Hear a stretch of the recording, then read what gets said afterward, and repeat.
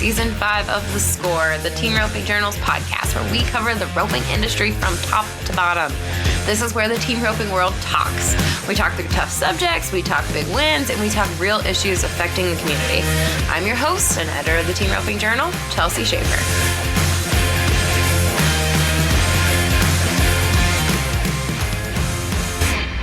Hey everyone, this is Chelsea Schaefer. Welcome to The Score. We have done a ton of interviews lately with the season ending and wrapping up all the excitement with the regular season. You can check out the episode that we dropped yesterday. It's a bonus episode with Lightning Aguilera on his Horse of the Year, Jessa Moose. But today I really want to highlight some of the work that we do in the print magazine. We do so much these days, from roping.com to everything that happens digitally on teamropingjournal.com to this podcast. I want you to get to know our core product, the thing we put our hearts and souls into, and that is the Team Roping Journal, the print edition. It is, of course, chock full with event ads. It's where you can find out about all the big ropings that are coming up. It's filled with ads from across the Western industry. All of the rope companies, they release their new ropes in there. The boot companies, jeans. That's our heart and soul. We are all print journalists, first and foremost, though we don't get to do that as often as we'd like anymore. So I want to read to you The Reach. It is a story in the October 2022 issue of the Team Roping Journal, written by our longtime contributing editor, Julie Mencken. She's been with us since the earliest Spin to Win days. I read a lot of her articles because she does such a wonderful job hashing things out, and she gets to tell some really cool stories while the rest of us are running around a little bit like chickens with our heads cut off, doing all kinds of different things in the digital space. So I want to read you this article called The Reach. Throwing a long line to the horns is nuanced. In history, 5 bombers have helped make it pay money, by Julie Mencken.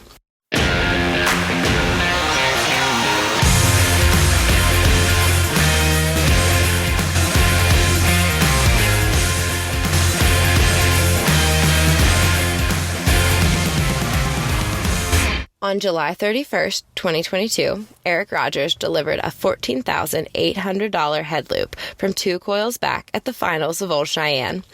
But alas, reaching that far only works if the steer maintains the same path it was on at delivery.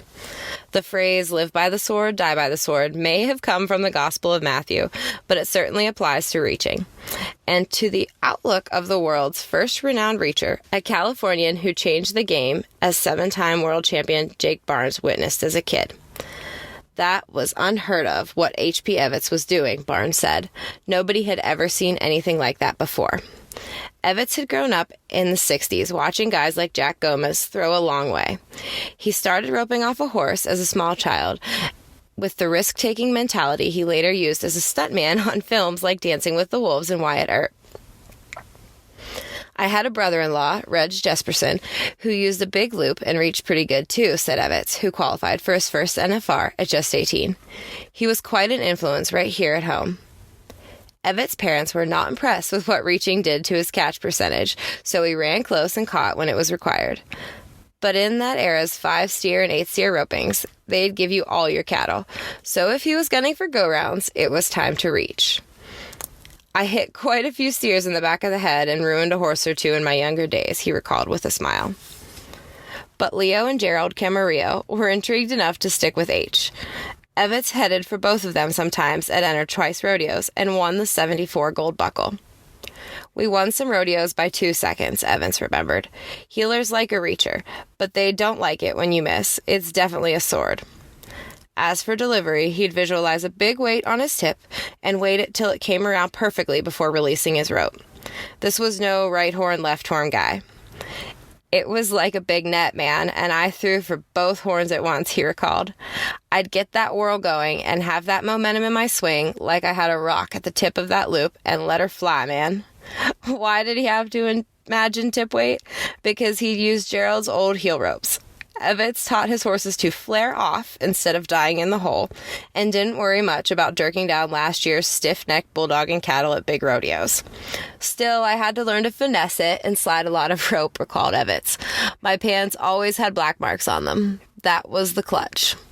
He still remembers one of his best reaches for Leo at Turlock that resulted in a 5-2 on a Brahman cross that nobody caught all day. The difference in 2020, he said, is that even the guys who draw the pup are reaching. Evetts is past 70 now, but still sharp on a set of horns. World Series barriers mean leaving right with the steer, he said, which eliminates the need to reach. But his love for throwing line never faded. I keep my horses working real good most of the time, but it's fun to go and throw my rope a little more, he said, then cracked. I'm just a couple sponsors away. The Blonde Bomber. If Evetts terrorized 1970 headers through 9 NFR qualifications, then Doyle Gellerman took that torch to 25 total NFRs through 1997. A fellow Californian, he'd also started rodeoing and reaching by the tender age of 15. But unlike Evetts' laid-back surfer vibe, Gellerman was wound so tight he generally could not swing over one's back. It wasn't anything somebody taught me, he recalled. When I started rodeoing, I just wanted to win so bad that I couldn't keep it in my hand. Not taking an extra swing sometimes cost him money, but Gellerman gathered up a then 22-year-old Walt Woodard, whose big gait never missed, and together the pair won everything. They led the world standings into Oklahoma City in both 1978 and 1979, and lost the gold buckle before splitting up in 1980. But, like another dominant pair who reunited in recent years, they got back together in 1981 and blew the doors off, refusing to enter second partners so they could each tie for the 81 gold buckle. Gellerman focused mostly on keeping his tip down and always being ready to throw on the second swing.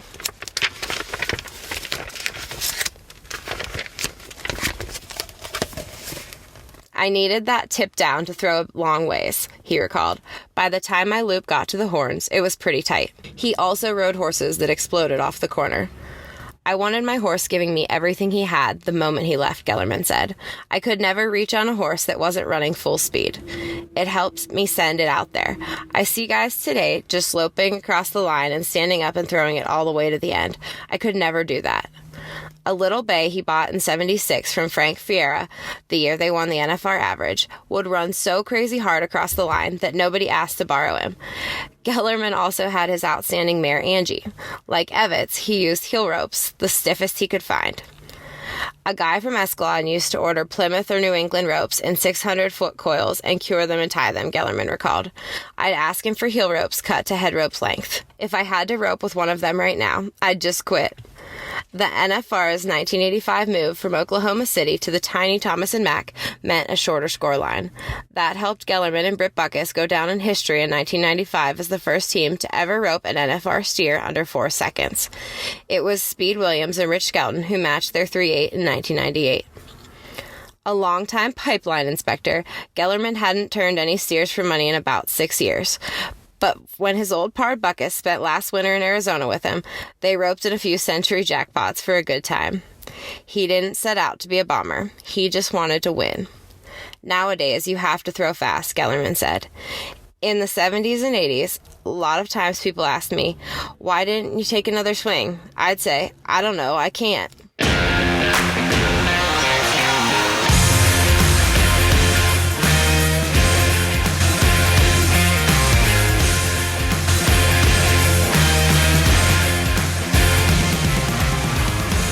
The PhD equine nutritionists at Purina Animal Nutrition tackle problems using science, and their love of horses keeps them at it until they get it right. Even with the most established feeds, they keep innovating.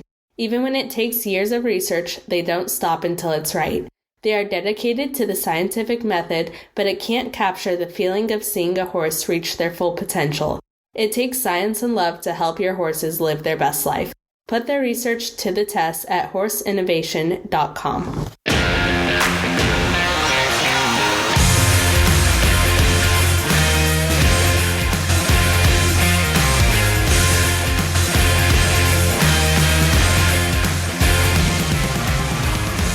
Gotta have speed. The gold buckle winningest header of all time emerged in the 1990s with a jaw-dropping reach plus a couple of other tweaks. I actually studied what Doyle did to get it on them so fast at the national finals, said Speed Williams, the 55-year-old Hall of Famer and 8-time world champ from Comanche, Texas. Truth is, he also absorbed the way Jake Barnes ran close and got steers on a short line, and the way Charles Pogue scored perfectly and was so consistent. But he focused more on riding his horse than anyone ever had. Reaching notwithstanding, Williams said, "You win by the way you ride your horse across the line and handle your horse once the steer is caught." He changed team roping, Gellerman said. Now, more and more of these kids are doing what he did. Williams' tweaks to the reach meant swinging earlier in the box, keeping his horse moving forward as he delivered, and, ultimately, making his heeler's job easier. His forebears watched with approval. "Man, he knocked a start and was ready to throw from the scoreline," Evett said. "You know, the steer is closest to you when your horse's chest crosses that line. If it's a 12-foot start, that steer is 12 feet from you right there. Speed used that." While Evetts and Gellerman swung in the box of the finals, it wasn't second nature because they weren't doing it throughout the year. "On the West Coast, everything had a long score," said Williams, a Florida native. "Back in my country, everything had short scores in tiny buildings. Learning to throw fast was the big thing, so horses worked totally different. California's boxes were 28 feet long, and our boxes were little 14-footers. For about 14 years, Williams has been coaching ropers instead of competing, but he can still pitch it a long ways, as proven by the Facebook video of him outreaching his rope at the Sudden Death WCRA Rodeo in Salt Lake City. "I threw my entire rope and dallied with fuzz," Williams said ruefully. "My son hammered down and heeled him, and I didn't ride my horse well, so I lost my rope before I was faced. It goes against everything I teach and talk about. That was painful, to have to look at my son and say, 'Great heel shot, buddy. Sorry.'" Today's wave. It's no coincidence two of today's best reachers grew up in their heroes' old stomping grounds. Even more coincidental, Speed Williams started out as a heeler. Caleb Driggers started out as a heeler. Dustin Egusquiza started out as a heeler. Heelers love to play around on horns, and that's what Egusquiza and Driggers started doing. Heck, there's nothing at stake if you officially rope the other end.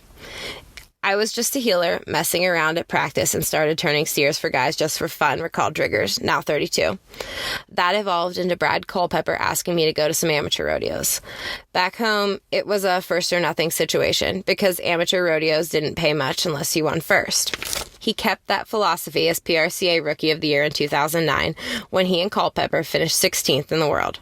They made the finals in 2011. Then in 2012, Driggers won his first of 3 reserve world titles. For this story, it wasn't Driggers who said he can tie 2 head ropes together and catch the dummy from 50 feet, or that he can stand on the hay pot of his trailer and catch the dummy on the ground. It was Gellerman who'd heard those rumors, and they're true.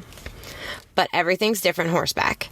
In the early days, Driggers credits Culpepper for helping him realize he didn't have to throw for first every time. Later, Driggers went to Williams for help. That's where he learned to use his feet and have his horse mirror what the steer was doing.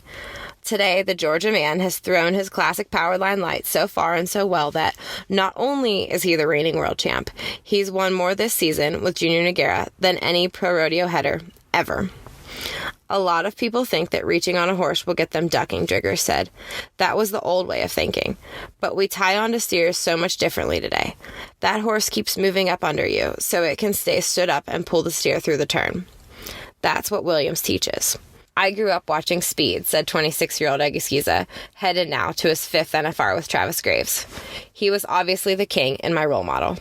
But just like Driggers, he was first mentored by Culpepper. Georgia's 52-year-old, 2-time NFR average winner helped the Florida kid get his own Rookie of the Year title in 2016 as they finished 18th in the world and set 2 arena records. Eliminating the duck. Dustin and Driggers were both phenomenal at reaching, Williams said, but both their horses ducked so bad that they could never keep them working throughout the year. "I put them on the speed trainer. We're talking about the most elite headers in the world, and we worked on sitting still and using our feet in our left hand." It was Eddie Preifert who agreed to create the speed trainer, on which you rope from a dummy horse in a real saddle holding real reins. Williams had told him people use their left arm for balance. "I needed to teach people to ride their horses better, because that's the best way to rope better," Williams explained. "From the top ropers in the world to beginners."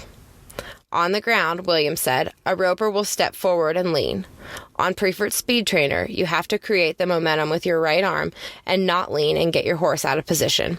"That's what I work at," he said. "Sit up and ride your horse and reach."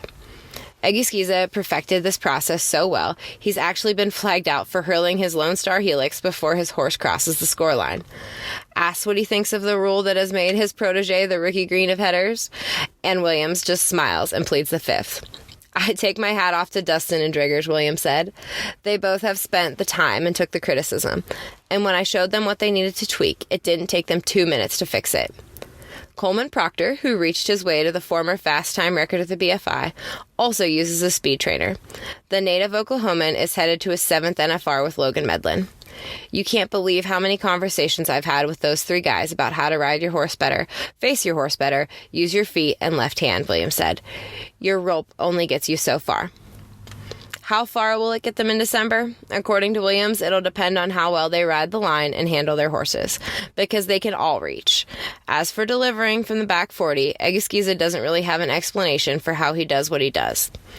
I don't think anybody could tell you how to throw a baseball 90 miles per hour either. Besides practice it, he said.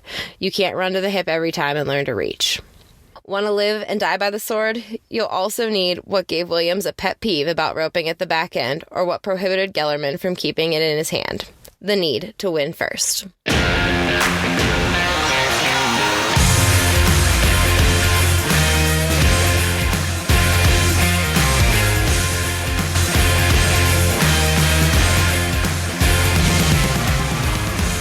Thank you so much for listening to this episode. If you want to actually read the story, you can check it out. If you want to share it with your kids, share it with people who are interested in reaching, check it out at teamropingjournal.com or read the October 2022 issue of the Team Roping Journal. And if you're not a subscriber, you can very easily subscribe at teamropingjournal.com.